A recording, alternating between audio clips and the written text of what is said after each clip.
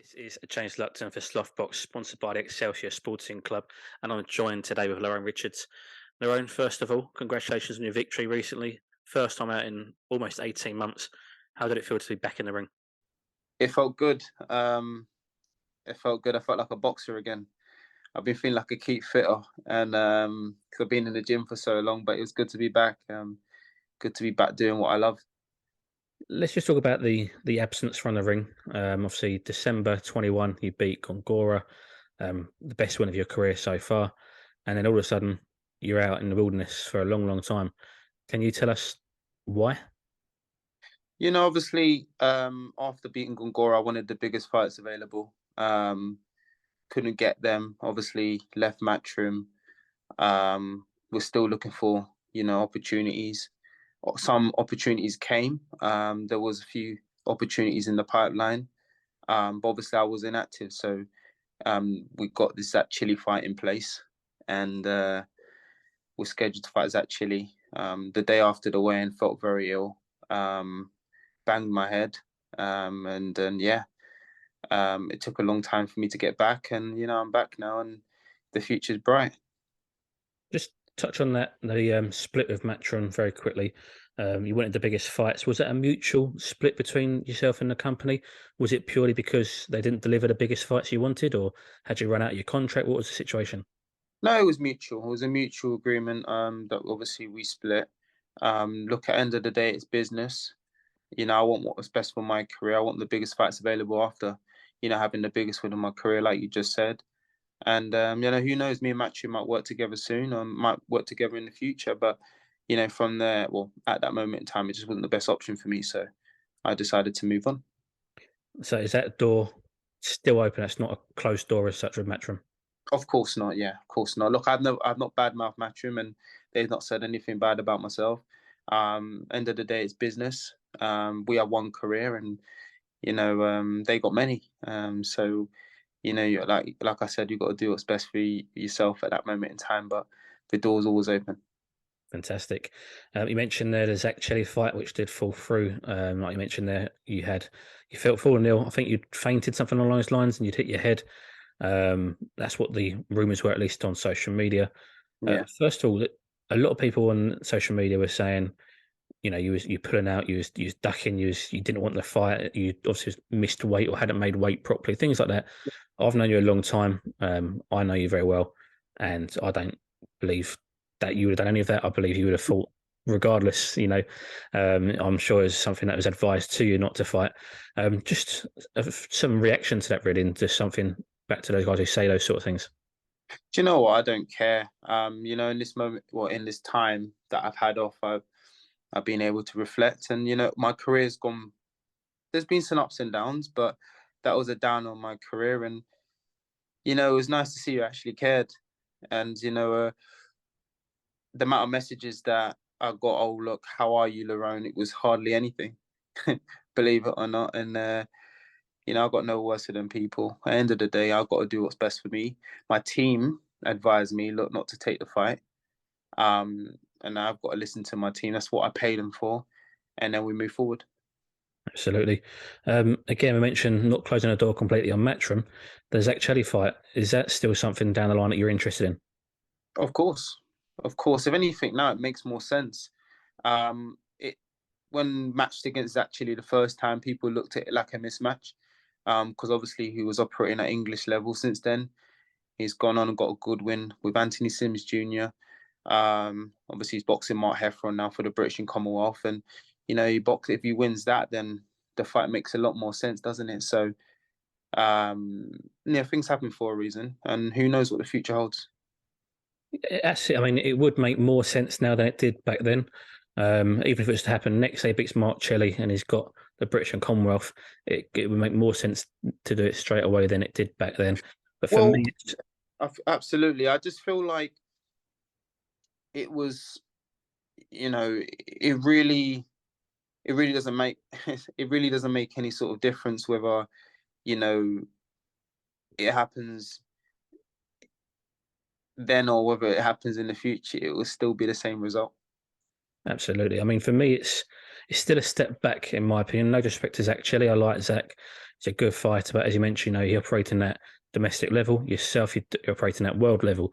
You Yeah. have accomplished more in your career so far. Do you feel, especially at that time as well, because like you mentioned, people said a mismatch. He was at English title level at the time. Were you happy with that fight? Was you happy to get back in there with a domestic, smaller name than yourself when you're wanting these big fights and the world title fights? Well, yeah. Of course. Obviously, look, I could have easily have gone back and say, box somebody with, with yeah, well, an international permit. We should say that no one cares about or no one knows. But I thought, what, let me test myself against someone who is domestic and that Chile fit the bill perfectly. Because no matter what anyone has, well, what people say about him, he is a decent operator, so it would have been a good fight. And I suppose one thing you can guarantee with Zach Chile is he was going to come to win. He's not someone going to roll over. Absolutely, and that's what we was looking for. Fantastic. To talk about what's next. After your post fight interview, you were saying a few names: your John Ryders, your Edgar Berlangas, your Christian Mbillis, your Zach Parkers as well. Just, first of all, is that those fights? Are they names you want next? Are you ready to go straight in now? You've had your ring rust shake off as such. Is that something you want next, or do you want another? Let's say it's actually a domestic opponent who's going to give you the rounds, who's going to come to win, and then are you ready, or are you looking to go straight in? Are you fighting fit now? I'm looking to go straight in. I've been training non-stop for like a year and a half.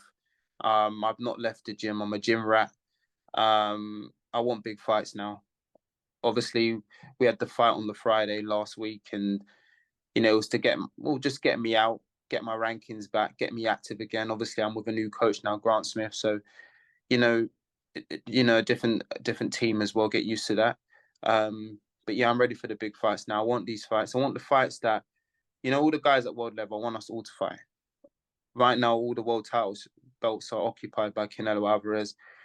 Let us guys now fight, and then when them belts become vacant, or if Canelo Alvarez wants to, defend, it will be against the one that's beat everyone. So, I want to fight the best, and I'm ready to fight them now. Definitely. Um, are those fights, because we mentioned earlier as well, you left Matchroom not on bad terms, but No. is it something that is a realistic option for yourself? Let's say a John Ryder or a Edgar Berlanga, who are both signed with Matchroom and Eddie Hearn. Are they options for yourself that you can go to Eddie and Matchroom and the guys behind the scenes there and make those matches? Well, I was with Matchroom well, at the time John Ryder was with Matchroom, and after I beat Gongora, I wanted that fight straight after. He was fighting, I think, Daniel Jacobs. I said, look, I'd like to fight John Ryder after that. Nothing happened, so I don't think they want to fight. But you know, Belanga, I don't think they'd want that fight either. So it's one of these situations where people are probably looking at me as a higher risk, low reward. But that's okay. I'll get myself in a mandatory position, and then these guys have to fight me. You just took the words out of my mouth: high risk, low reward, and you probably are that for almost everybody in your division.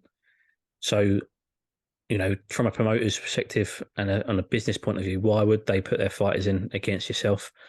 With John Ryder coming off the loss to Canelo, to be fair, his stock has risen, even though he's come off the back of the loss.